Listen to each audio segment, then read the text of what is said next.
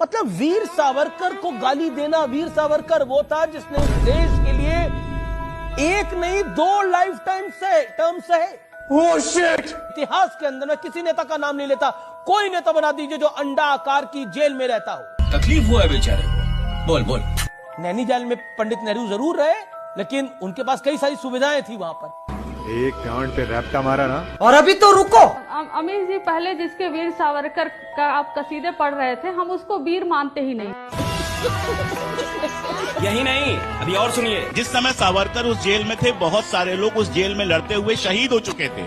42 में जब पूरा देश आजादी की लड़ाई लड़ रहा था, क्विट इंडिया मूवमेंट चल रहा था, तो सावरकर जी अंग्रेजों की सेना में भर्ती करवा रहे थे। 1942 से लेकर 1946 तक अंग्रेजों के बाएं दाएं हाथ कौन थे?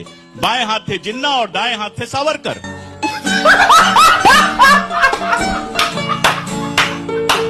यही नहीं, अभी और सुनिए। पृथ्वीराज चौहान आखिरी हिंदू राजा हुए। क्या बोला तूने? आखिरी हिंदू राजा हुए।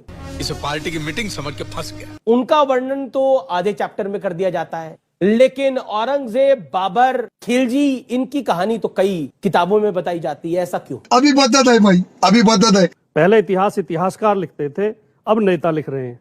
अब अमित शाह जी लिख रहे हैं, मोदी जी लिख रहे हैं, सुधांशु जी लिख रहे हैं। धर्म की रक्षा करने की जिम्मेदारी साधुओं की थी, संतों की थी, महात्माओं की थी। अब जो गली के टपोरी हैं, उन्होंने धर्म की रक्षा का झंडा उठा रखा है। कोई अनपढ़ आदमी ये कह सकता है कि पृथ्वीराज चौहान अंतिम हिंदू राजा थे, तो फिर इसका मतलब राणा सांगा हिंदू राजा नहीं थे, महाराणा प्रताप हिंदू राजा नहीं थे, शिवाजी हिंदू राजा नहीं थे। पृथ्वीराज चौहान के बाद तो हजारों हिंदू राजा हुए हैं। ये इस तरह के तर्क केवल वही लोग दे सकते हैं जिन्होंने आरएसएस की छोटी छोटी किताबें पढ़ी है। दलाल, दलाल, दलाल।